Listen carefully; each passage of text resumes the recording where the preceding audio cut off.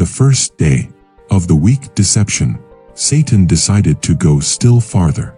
He told his angels that some would be so jealous of God's law that they could not be caught in this snare.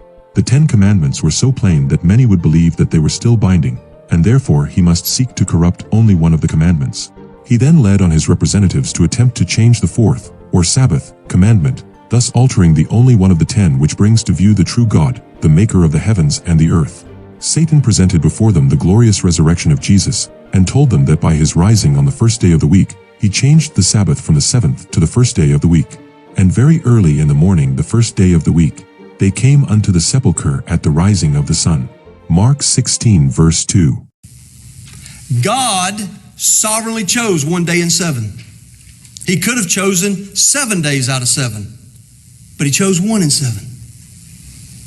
And then he chose which day.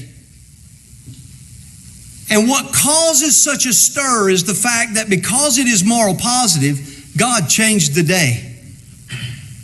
When it was first instituted, it celebrated and focused on and highlighted the creation event. And it was on the last day.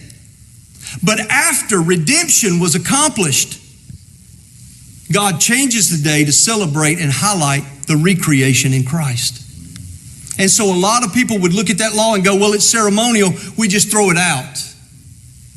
And so a lot of ink was spilled to demonstrate that the law is positive, but it is moral and perpetual. Don't want to stop there. Let's hear the statement by the minister R.J. Rushdoony from the Chalcedon Foundation. In Exodus 20 verses 8 to 11, the commandment concerning the Sabbath cites the pattern it follows, God's rest on the conclusion of the creation week. In Deuteronomy 5 verses 12 to 15, the reason for Israel's Sabbath observance is given, their mighty deliverance from Egypt. In the New Testament, the day of resurrection, on the first day of the week, becomes the ground for the Christian Sabbath.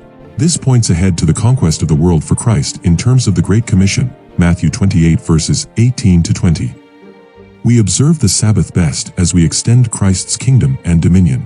The future orientation of strong Christianity is faithfulness to the meaning of the Sabbath. The great sin of the Jews was their rejection of Christ. The great sin of the Christian world would be their rejection of the law of God, the foundation of his government in heaven and earth. The precepts of Jehovah would be despised and set at naught. Millions in bondage to sin, slaves of Satan, doomed to suffer the second death, would refuse to listen to the words of truth in their day of visitation. Terrible blindness, strange infatuation. If ye love me, keep my commandments. And I will pray the Father, and he shall give you another comforter, that he may abide with you forever. John 14 verses 15 to 16.